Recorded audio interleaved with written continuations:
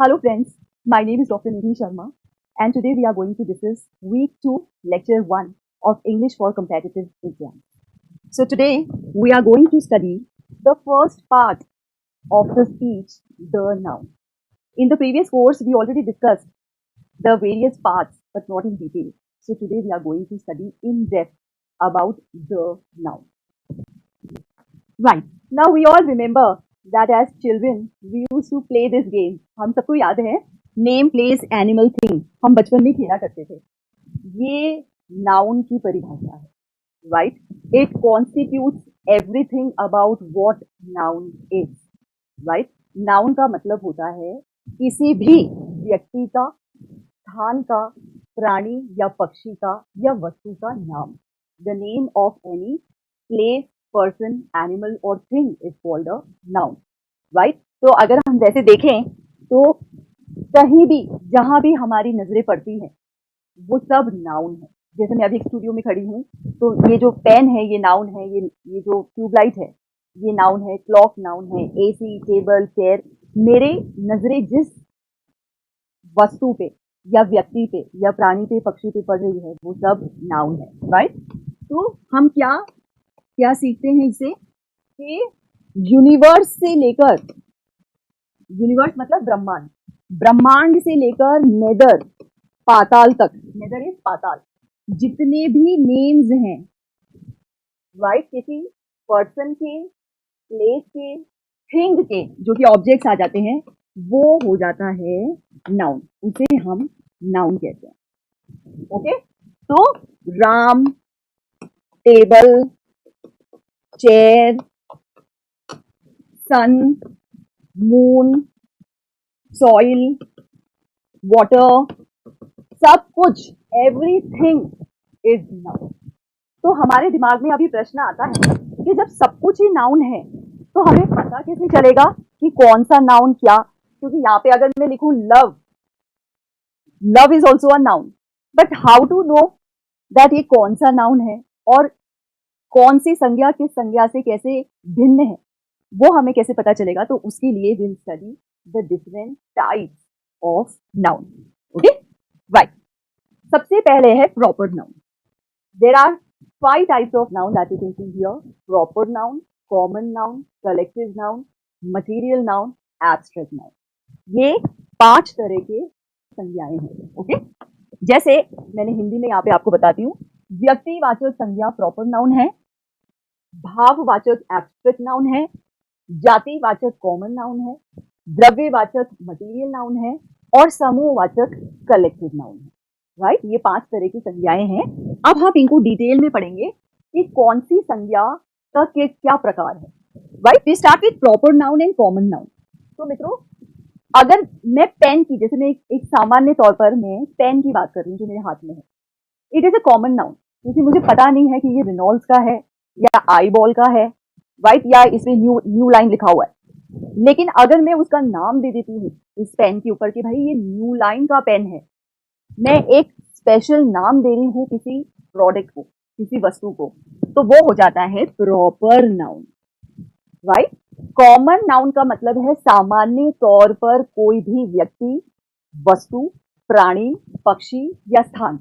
लेकिन आप जब उसको नाम दे देते हो तो वो प्रॉपर नाउन हो जाता है. जैसे कोई भी कार है वो कॉमन नाउन है, पर यदि आप कार को नाम दे रहे हो कि भाई ये ऑडी है, ये मारुति है, ये सेंट्रो है ह्युंडई की, या ये होंडा सिटी है, तो वो हो जाता है प्रॉपर नाउन. आप किसी कंट्री की बात करते हैं सामान्य तौर पे, वो कॉमन नाउन है, पर यदि आप उसको नाम दे रहे हो कि ये इंडिया है, ये इंग्लैंड है, ये अमेरिका है, तो वो हो जाएगा प्रॉपर नाउन. सिंगर की नाम करते हैं, सिंगर का नाम लेते हैं, तो भाई ये जस्टिन बीबर की बात कर रही हूँ, लता मंगेशकर की बात कर रही हूँ. तो जब आप स्पेसिफाई कर देते हो कि आप जिस कॉमन नाउन की बात कर रहे हैं उसका विशिष्ट रूप क्या है, तो वो हो जाता है proper noun. I hope this is very clear, right. अब एक छोटी सी एक्सरसाइज है, अपन जल्दी से करते हैं. यहाँ पे कुछ नाम दे रखे हैं, कुछ वर्ड्स दे रखे हैं, हमें इनको क्लासिफाई करना है कि ये कॉमन नाउन है या प्रॉपर नाउन है. जैसे California, now it is a name of a state, ये एक राज्य का नाम है, तो ये प्रॉपर नाउन है. तो मैं कैलिफोर्निया इधर लिखूंगी. पार्क एवेन्यू, ये परफ्यूम का नाम है, एक ब्रांड है, तो पार्क एवेन्यू प्रॉपर नाउन हो गया, राइट। उसी तरह से ट्रेन, ये ट्रेन कॉमन नाउन है, क्यों? क्योंकि मुझे पता नहीं है कि ये सुपर फास्ट है या ये राजधानी है, I don't know the name of this train, तो ये कॉमन नाउन है। सन, अब ये बहुत कमाल की चीज है, बच्चे कभी कभी पूछते हैं कि सन कॉमन नाउन होता है, मटेरियल नाउन होता है या प्रॉपर नाउन होता है। तो देखिए, अगर मैं सन को सिर्फ एक स्टार मान रही हूँ कि it is one of the stars in the solar system, तो वो कॉमन नाउन है। पर अगर मैं उसको एक विशिष्ट रूप दे रही हूँ कि sun is the centre of the solar system, अगर मैं प्लैनेट्स के नाम दे रही हूँ कि भाई मर्क्यूरी, जुपिटर, नेपच्यून, बीच में सन है सोलर सिस्टम में, तो वो हो जाएगा proper noun, otherwise it is common noun, universal object है ये। जॉन नेम है तो वो प्रॉपर हो जाएगा, जुपिटर नेम है प्रॉपर हो जाएगा, November it is a name of a month तो वो प्रॉपर हो जाएगा, एटलांटिक प्रॉपर हो जाएगा, proper, common, common, common, common, common. Airline मुझे पता नहीं है कि कौन सी एयरलाइन, राइट, मुझे पता नहीं है कि ये मैं इंडिगो की बात कर रही हूँ कि स्पाइस जेट की बात कर रही हूँ, तो ये हो जाएगा common noun. I hope this is very clear, right. So now the third is abstract noun. Abstract noun को मित्रों हिंदी में कहते हैं भाववाचक संज्ञा, राइट।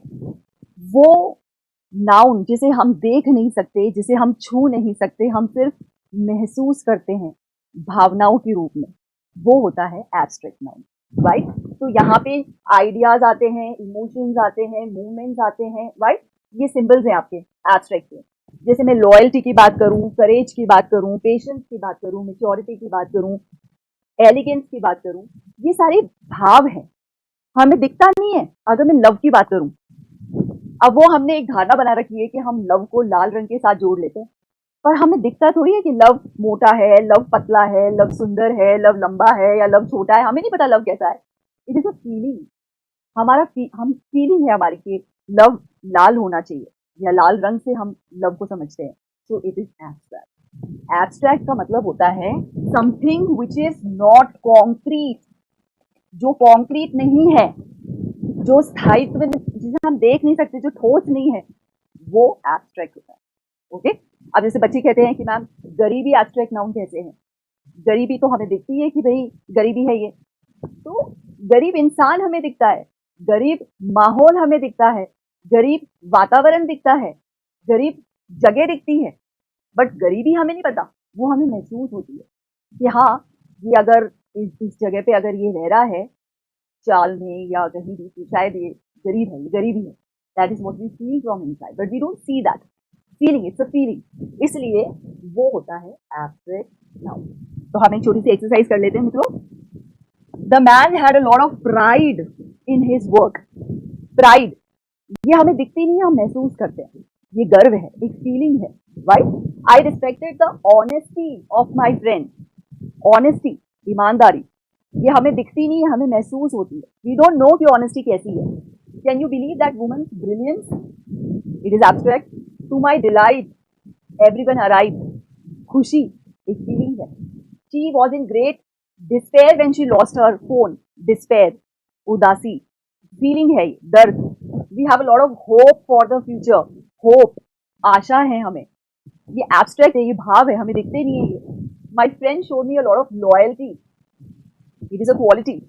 लॉयल्टी, ईमानदारी, निष्ठा आपकी क्वालिटी है, आपको दिखती नहीं, आपको महसूस होती है।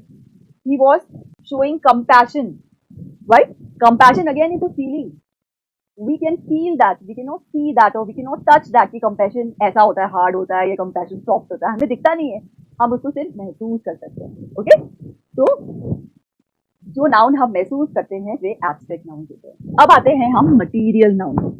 मटीरियल नाउन्स मित्रों कॉन्क्रीट होते हैं, ठोस होते हैं, जिन्हें हम देख सकते हैं, जिन्हें हम छू सकते हैं।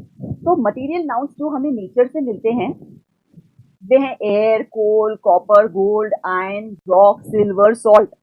जितने भी मटीरियल्स नेचर में अवेलेबल है वे मटीरियल नाउन्स हैं, जो हमें नेचर से, जो हमें प्रकृति से, जो हमें उपलब्ध है, वे मटीरियल नाउन्स हैं।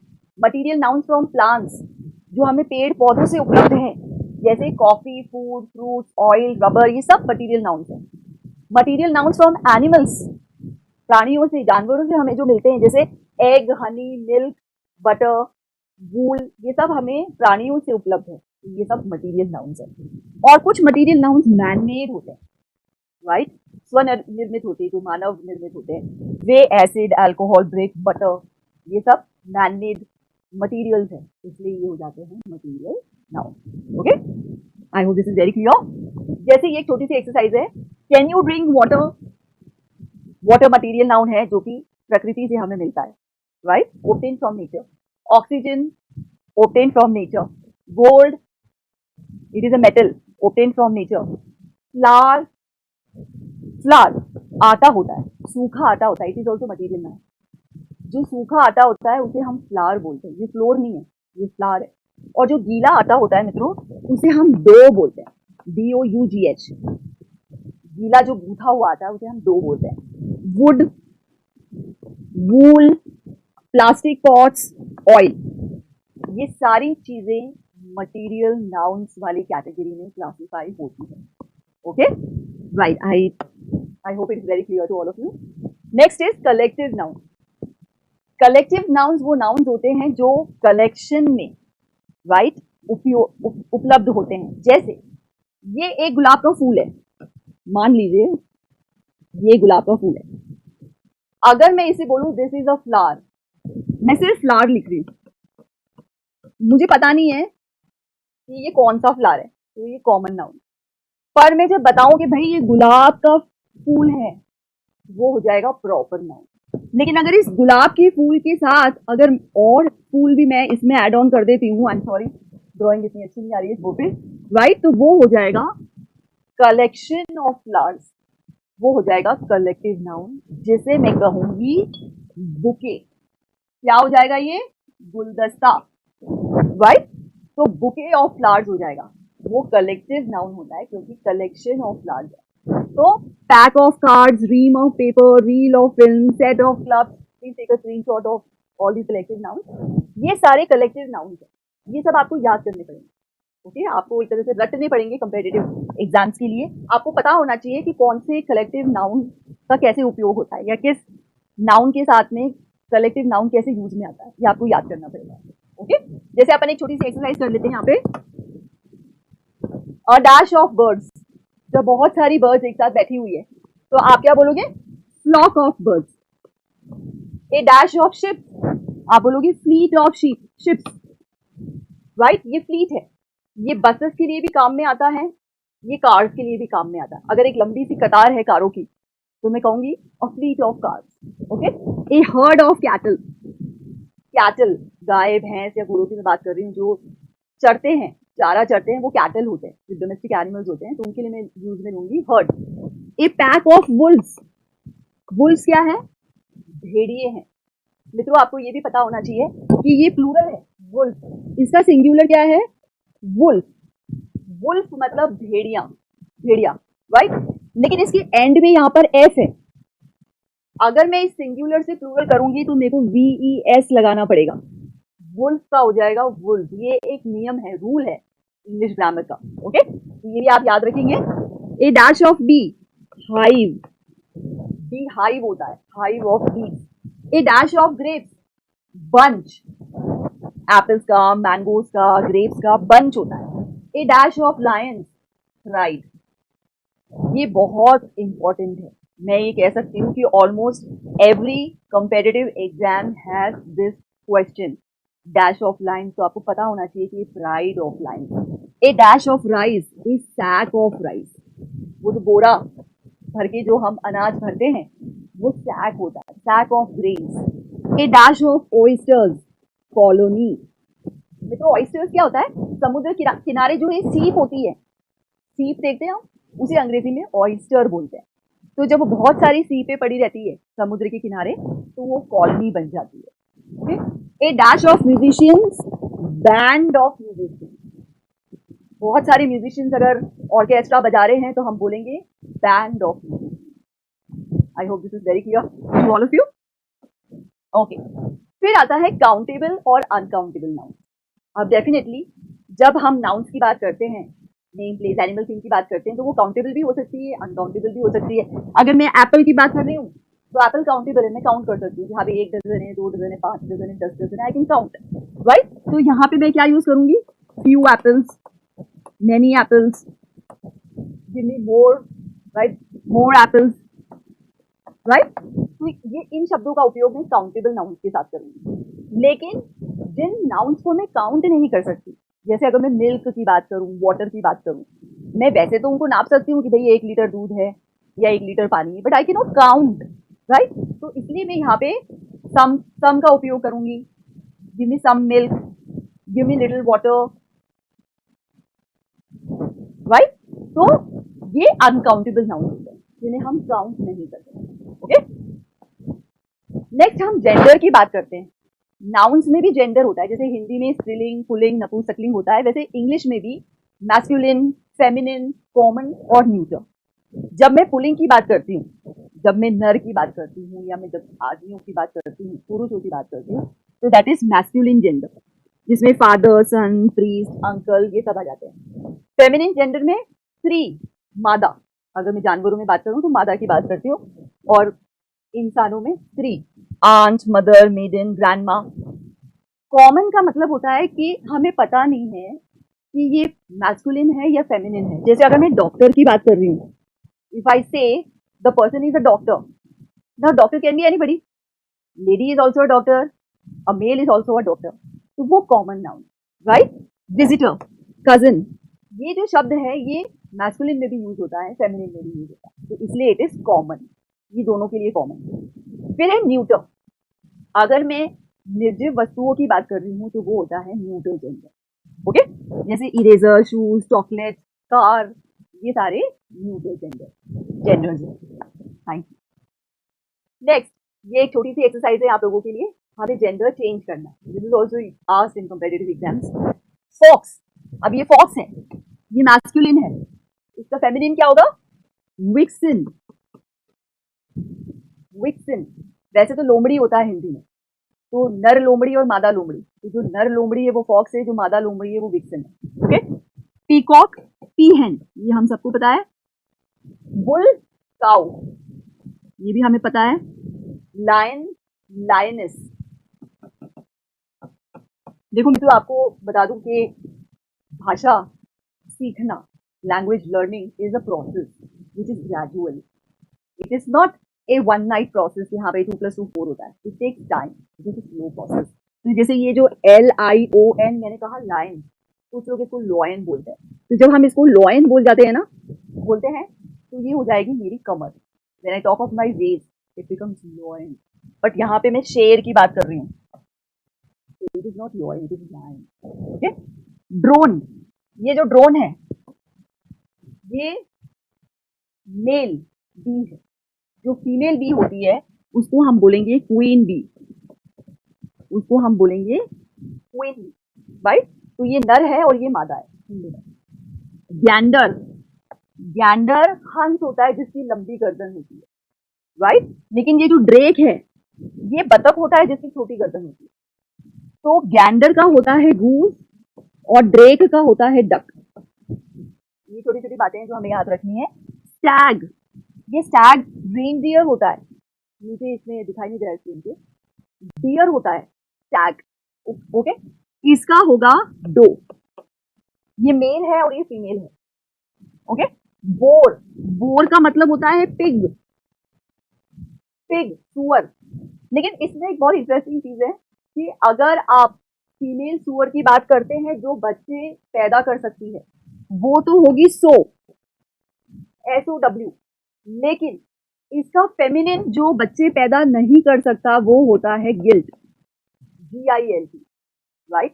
तो जो मादा सुअर, सुअर का जो मादा रूप होता है वो सो भी है और वो गिल्ट भी है। आप ये दोनों अगर परीक्षा में लिखोगे एग्जाम्स में तो both the words are correct.